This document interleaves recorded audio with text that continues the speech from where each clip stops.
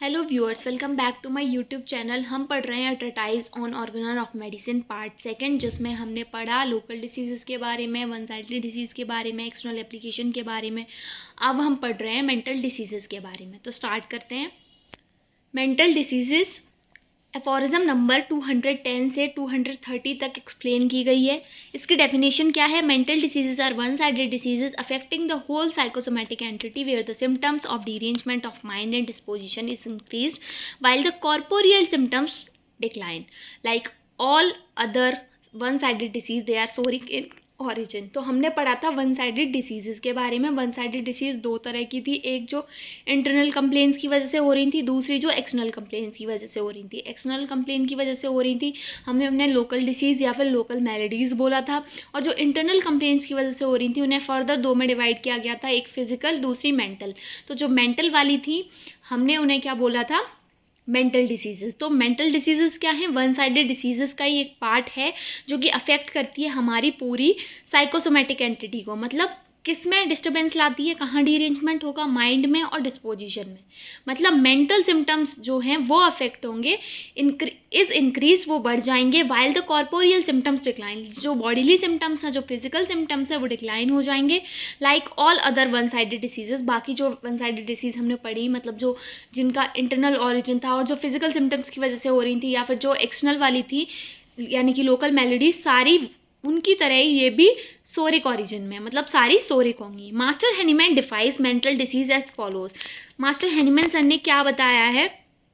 Mental diseases क्या हैं? All the so called mental and emotional diseases are nothing more than the corporeal diseases.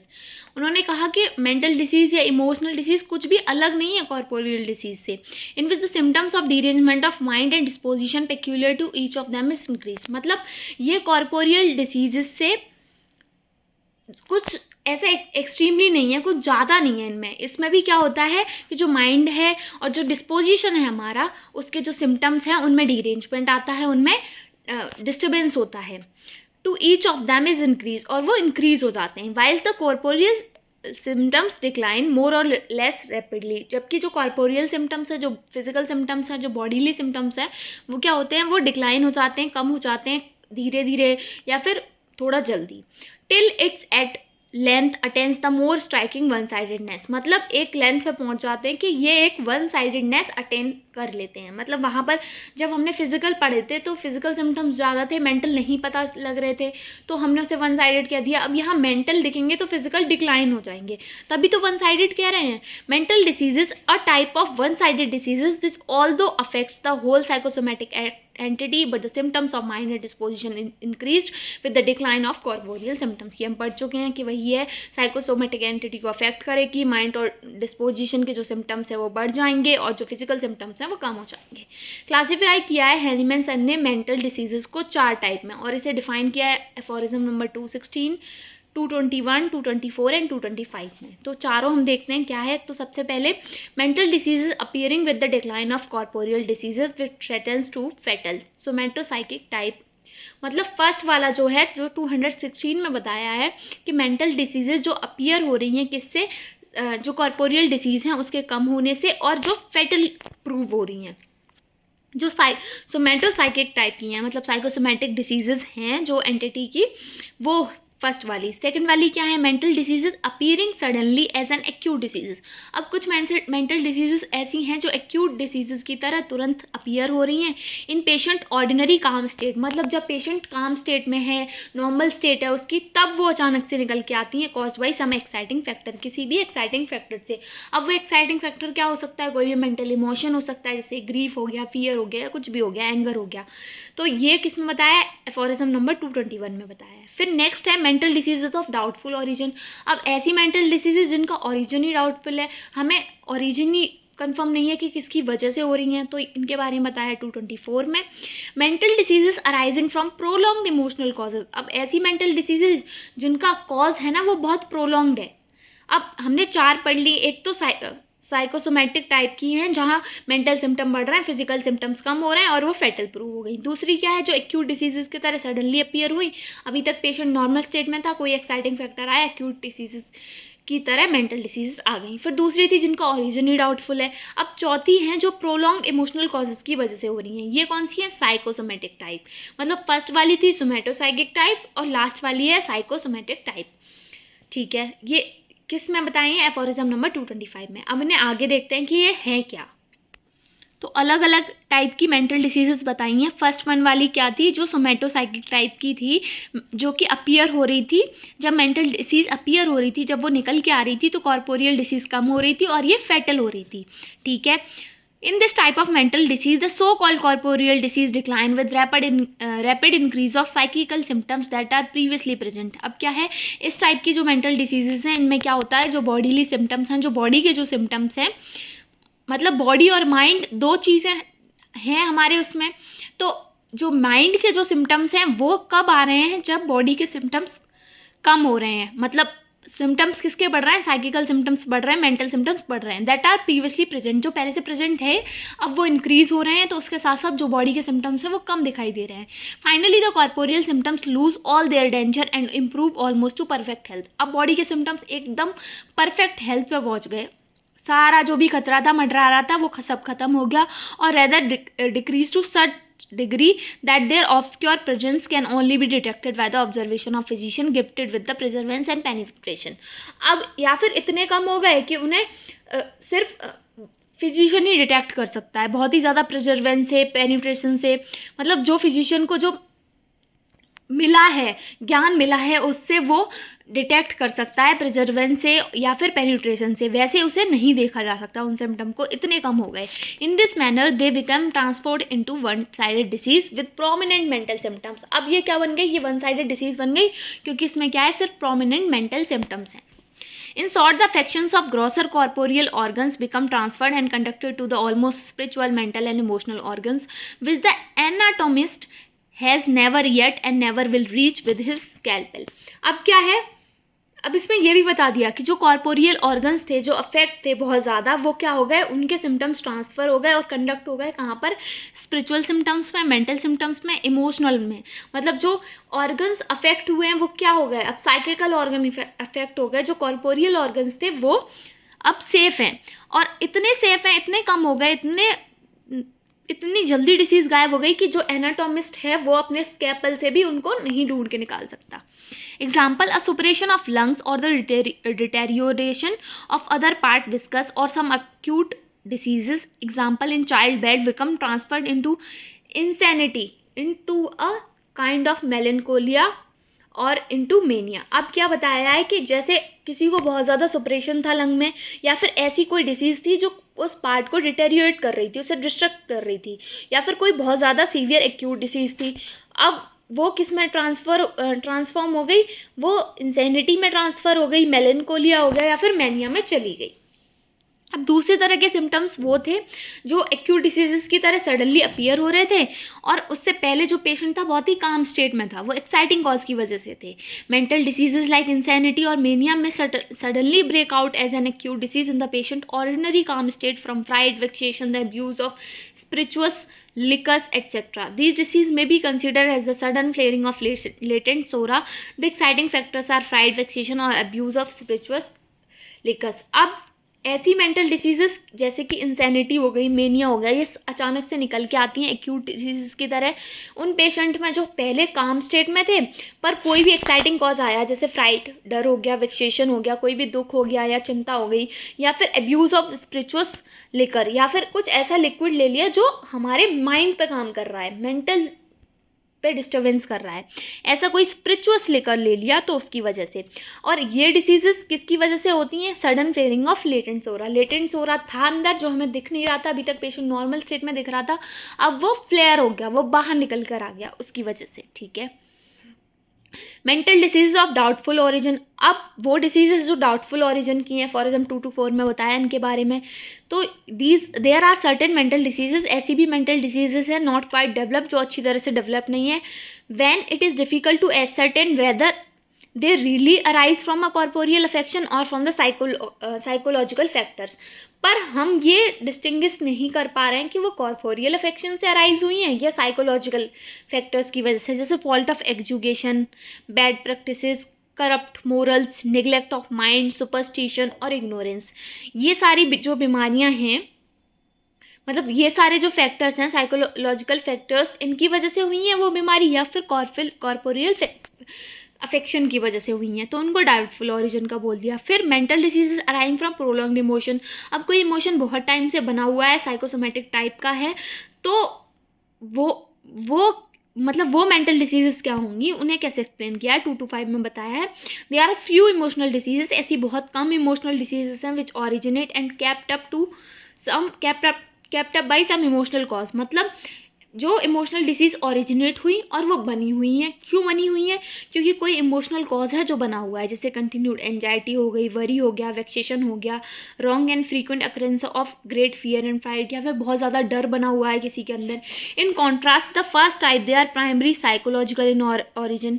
तो हम देख रहे हैं कि जो फर्स्ट टाइप है वो साइकोलॉजिकल ऑरिजिन में। Here is the body slightly affected in the beginning, but in course of time they destroy the corporeal health often to a great degree। In diseases में क्या होता है, यहाँ पर जो बॉडी है वो शुरुआत में तो हल्की फुल्की अफेक्ट होती है, लेकिन टाइम के साथ ये कॉर्पोरियल हेल्थ को भी एक ग्रेट डिग्री तक अफेक्ट कर देते हैं। अब ट्रीटमेंट क्या है ऐसी मेंटल डिसीजेस का। Mental diseases arriving from corporeal disease, जो कॉर्पोरियल डिसीजेस की वजह से जो अराइज हो रही हैं, यानी कि 218 में बताया, 219 में बताया, 220 में बताया, इनका ट्रीटमेंट क्या है। इनका treatment construction of complete picture of the disease. ये तो हमेशा ही करना है कि हमें टोटलिटी बनानी है, कंप्लीट पिक्चर बनानी है डिसीज़ की। In the first place, the accurate description of all the phenomena of the previous so-called corporeal disease before it degenerated into a one-sided mental disorder should be learned from the report of the patient friend। अब क्या है, जो corporeal disease पहले present थी, जो mental disease आने से ख़त्म हो गई, हमें उसके बारे में सब कुछ जानना पड़ेगा, सब कुछ देखना पड़ेगा। पेशेंट की फ्रेंड से या फिर उसका कोई भी अटेंडेंट है, उससे हम पूरी रिपोर्ट लेंगे। A comparison of these previous symptoms of the corporeal disease with the present less perceptible remnants, but which even now sometimes become prominent when a lucid interval and transient elevation of the cyclic disease occur। मतलब अब जो corporeal disease पहले थी उसका comparison करेंगे अब जो disease बची है, बची कुछ जो हल्की फुल्की डिसीज़ बची है उससे, या फिर जब ल्यूसिड इंटरवल होता है, या फिर जब ट्रांजिएंट एलिवेशन होता है साइक्लिकल डिसीज़ का, तब जो डिसीज़ दिखती है हमें कॉर्पोरियल डिसीज़ उससे, और जो पहले थी उसको कंपेयर करेंगे। Will prove their presence in the patient, जिससे हमें उसकी प्रेजेंस पेशेंट में पता लग जाएगी। So the previous corporeal symptoms should be added to the present indistinct remnant. मतलब अब जो उसके कुछ अंश बचे हैं उसके साथ साथ हम प्रीवियस कॉर्पोरियल सिम्टम्स को भी ऐड कर देंगे। मतलब हम क्या करेंगे, जो कॉर्पोरियल डिसीज़ है उसकी हिस्ट्री लेंगे। Now the present symptoms of mind and disposition should be accurately observed by the patient friend and the physician himself। अब हम क्या करेंगे, जो प्रेजेंट सिम्टम है माइंड के या डिस्पोजिशन के, उनको अच्छे से ऑब्जर्व करें, जो कि अच्छे से ऑब्जर्व किए गए हैं पेशेंट के फ्रेंड के द्वारा, उन्हें नोट करेंगे, और जो फिजिशियन खुद ऑब्जर्व कर रहा है उन पे ध्यान देंगे। By adding all the symptoms, अब हम सारे सिम्टम्स को ऐड कर देंगे। कौन कौन से सिम्टम्स, जो प्रीवियस कॉर्पोरियल डिजीज़ के सिम्टम्स थे और उसके जो अभी इंडिस्टिंक्ट रेमिनेंट्स बचे हैं, अब जो उसके अंश बचे हैं उनको, plus present symptom of mind और डिस्पोजिशन, और जो माइंड और डिस्पोजिशन के जो सिम्टम्स हैं वो, a complete picture of disease will be constructed. अब पूरी डिसीज़ की पिक्चर बन गई। तो फर्स्ट पॉइंट हमारा क्लियर हो गया कि अब हमने कंस्ट्रक्शन कर लिया complete picture of the disease का। अब दूसरा काम क्या है, जब पिक्चर बन गई तो मेडिसिन सेलेक्ट करेंगे। तो selection of medicine, the medicine should be selected among the antipsoric medicine which is capable of producing strikingly similar symptoms, specially an analogous disorder of the mind. अब हम एक ऐसी मेडिसिन सेलेक्ट करेंगे जो कि antipsoric medicine हो और जो कैपेबल हो कि वो प्रोड्यूस कर सके स्ट्राइकिंग सिमिलर सिम्टम्स, स्पेशली किसके, analogous order of the mind. Second है, अब जो मेंटल डिसीज सडनली अपीयर हो रही थी उसके बारे में देखते हैं। These cases should not be treated immediately with antipsorics. ऐसे केसेस को हम तुरंत एंटीसोरिक से ट्रीट नहीं करते हैं, but in the first place they should be treated by administering highly potentized minute homeopathic doses of proved acute medicine। ऐसे cases में हम क्या करेंगे, जो हाईली पोटेंटाइज मेडिसिन हैं उनकी माइन्यूट डोजेस देंगे, एक्यूट मेडिसिन देंगे। एक्यूट मेडिसिन जैसे एकोनाइट हो गई, वेलाडोना हो गया, स्ट्रेमोनियम हो गया, हाइसोमेस हो गया, मरकरी हो गई, having similar mental states in their pathogenesy. और मतलब हम ये देखेंगे कि उनकी जो पैथोजेनेसी है उसकी सिमिलर मेंटल स्टेट हो, मतलब मतलब जो हम मेडिसिन दे रहे हैं और पेशेंट की जो मेंटल स्टेट है वो सेम हो। This will revert SORA to its former latent state for time being, and the patient who has recovered from an acute mental or emotional disease by use of these non-antisoric medicines should not be regarded as entirely cured. इससे क्या होगा कि जो भी है वो जो सोरा है वो रिवर्ट हो जाएगा अपनी लेटेंट स्टेट में टाइम के साथ, और जो पेशेंट है जो जिसको एक्यूट मेंटल या इमोशनल डिसीज़ थी वो उससे रिकवरी हुई किसके द्वारा, नॉन एंटीसोरिक मेडिसिन के द्वारा, हम उसको एंटायरली क्योर नहीं मानेंगे. आगे देखते हैं. On the contrary, no time should be lost in perfecting the cure by means of prolonged antisoric treatment in order to prevent recurrence. फिर उसके बाद हमें और ज़्यादा टाइम वेस्ट नहीं करना है किसमें, perfecting the cure by means of prolong antipsoric treatment. Antipsoric treatment को लंबा चला के और टाइम वेस्ट नहीं करना है in order to prevent recurrence को प्रिवेंट करने के लिए. Mental disease of doubtful origin. अब वो डिसीजेस जिनका ऑरिजिन डाउटफुल है उसमें हम क्या करेंगे, सबसे पहले तो ऑरिजिन पता लगाएंगे, मतलब आइडेंटिफिकेशन ऑफ कॉज क्या है, कॉज कैसे पता लगाएंगे. If the mental affection is based on the psychic cause it will be diminished and improved by sensible friendly exhortations, consolatory argument, serious representation and sensible advice. अगर psychic cause है, अगर mental affection psychic cause पर based है तो it will be diminished and improved by, तो ये कम हो जाएगा या फिर इसमें इम्प्रूवमेंट आएगा अगर हम उससे सेंसिबल कॉन्वर्जेशंस करेंगे, आर्गूमेंट्स करेंगे, सीरियस रिप्रेजेंटेशन करेंगे या फिर उसे अच्छी एडवाइस देंगे. ओवरऑल काउंसलिंग करने से वो कम हो जाएगा या इम्प्रूव हो जाएगा. Whereas a real mental malady, अगर वो रियल मेंटल मेलेडी है डिपेंडिंग ऑन बॉडीली डिसीज पे डिपेंड करती है, would be speedily aggravated by same measure. तो वो अगर हम सेम मीजर लेते हैं उसमें आर्गूमेंट्स वगैरह करते हैं तो वहाँ पर वो एग्रावेट हो जाएगी. Thus melancholic patient will be still more dejected, querulous and consoled and reserved. The spiteful maniac would thereby become still more exasperated and the chattering fool would become manifestly more foolish. मतलब अब क्या होगा, अगर हमने यही measure लिया उन patient के साथ जिनकी रियल मेंटल मेलेडी है तो वो पहले से और ज़्यादा खतरनाक हो जाएंगे, इनकॉन्सोलेबल हो जाएंगे. मतलब अब उन्हें कंसोल नहीं किया जा सकता, उन्हें रिजर्व नहीं करा जा सकता, उन्हें शांत नहीं कराया जा सकता. और अगर वो स्पाइटफुल मैनिएक है पागलपन के तो उसे और ज़्यादा दौरे पड़ेंगे, और ज़्यादा उसे दिक्कत हो जाएगी. और चैटरिंग फूल है तो वो और ज़्यादा फुलिस लगेगा. सिलेक्शन, फिर उसके बाद हम क्या करेंगे, कॉज पता लगा लिया अब हमने कि साइकिक कॉज है या कॉर्पोरियल कॉज है. अब जब ये पता चल गया तो हम मेडिसिन सेलेक्ट करेंगे. If the mental selection is of psychic origin, अगर मेंटल अफेक्शन साइकिक ऑरिजिन का है, the treatment should be done as the mental disease arising from prolonged emotion disturbances. तो हम क्या करेंगे, ट्रीटमेंट करेंगे क्योंकि जो मेंटल डिसीज अराइज हुई है प्रोलॉन्ग्ड इमोशनल डिस्टर्बेंसेज से, जैसे साइकोथेरेपी, अप्रोप्रिएट डाइट और रेजिमेन देंगे, एंटीसोरिक ट्रीटमेंट करेंगे. मतलब अगर साइकिक ऑरिजिन की डिसीज़ है तो हम क्या करेंगे, उसे ट्रीटमेंट कैसा देंगे, जैसे साइकोथेरेपी हो गई, एंटीसोरिक ट्रीटमेंट हो गया, प्रॉपर डाइट, रेजिमेन, ये सब. If the mental affection is of bodily origin, अगर बॉडीली ओरिजिन का है, मतलब अगर फर्स्ट केस है तो काउंसलिंग से ठीक हो रहा है तो साइकोथेरेपी दे दी, डाइट और रेजिमेन अच्छा कर दिया, एंटीसोरिक ट्रीटमेंट दे दिया.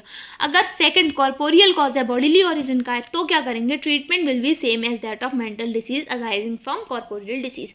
तो हम वैसा ही ट्रीटमेंट करेंगे जैसा हम फर्स्ट केस में कर रहे थे, जहाँ पर जो मेंटल डिसीज थी वो कॉर्पोरियल डिसीज से अराइज हो रही थी. फिर है mental disease arising from prolonged emotional causes. अब साइकोसोमेटिक टाइप की मेंटल डिसीज है, मतलब बहुत लंबे समय से कोई इमोशनल कॉज बना हुआ है. ऐसे केसेस में क्या करेंगे, when this kind of mental affection are yet recent and have not yet made very great inroads on the corporeal state, they may be rapidly changed into healthy state of mind by means of psychical remedies such as display of confidence, friendly exhaustions, sensible advice, and often by well disguised deception. अब क्या है कि अगर mental affection बहुत recent है और अगर उसने कॉर्पोरियल स्टेट को ज़्यादा ख़राब नहीं किया है तो हम उसे हेल्दी स्टेट में चेंज कर सकते हैं बहुत जल्दी. किसकी मदद से, साइकोथेरेपी की मदद से. वही काउंसलिंग करेंगे, कॉन्फिडेंस डिस्प्ले करके, सेंसिबल एडवाइस देंगे, आर्गूमेंट्स करेंगे और उसे समझाएंगे. मतलब हम क्या करेंगे, उसे ऑफन बाय ए वेल डिस्गाइज्ड डिसेप्शन, मतलब उसके साथ चालाकी से हम ऐसे काम करेंगे कि उसके जो सोच है वो हम बदलने की कोशिश करेंगे, ताकि सोच बदलेगी तो बीमारी में सुधार आएगा. An appropriate diet and regimen will establish the health of the body also. Appropriate diet और रेजिमेन देंगे. But the fundamental cause in these cases is the psoric miasm which was not yet fully developed. लेकिन fundamental cause है, ऐसे fundamental cause क्या है ऐसे cases में? सोरिक मियाज्म है, तो विच was not yet fully developed, जो अभी तक पूरी तरह से डेवलप नहीं हुआ है। तो for the security sake the seemingly cured patient should be subjected to a radical antipsoric treatment in order to prevent recurrence which might readily occur. तो ऐसे केसेस में क्या करेंगे हम? सिक्योरिटी पर्पजेस से, क्योंकि क्योर हो रहा है, क्योर होता हुआ दिख रहा है, हमें पेशेंट में सुधार आ रहा है, तो हम उसके साथ साथ उसे एक एंटीसोरिक रेडिकल ट्रीटमेंट देंगे जिससे उसकी रिकरेंस ना हो डिसीज़ की। तो हमने पढ़ा मेंटल डिसीजेस के बारे में। मेंटल डिसीजेस क्या हैं? ये वन साइडेड डिसीजेस का ही टाइप है, जिसमें क्या होता है, जिसमें साइकोसोमेटिक जो ओरिजिन के जो सिम्टम्स होते हैं वो दिखते हैं। मतलब साइकोसोमेटिक एंटिटी अफेक्ट होती है, जिससे क्या होता है, माइंड और डिस्पोजिशन के सिम्टम्स बढ़ते हैं, बॉडी के सिम्टम्स कम होते हैं।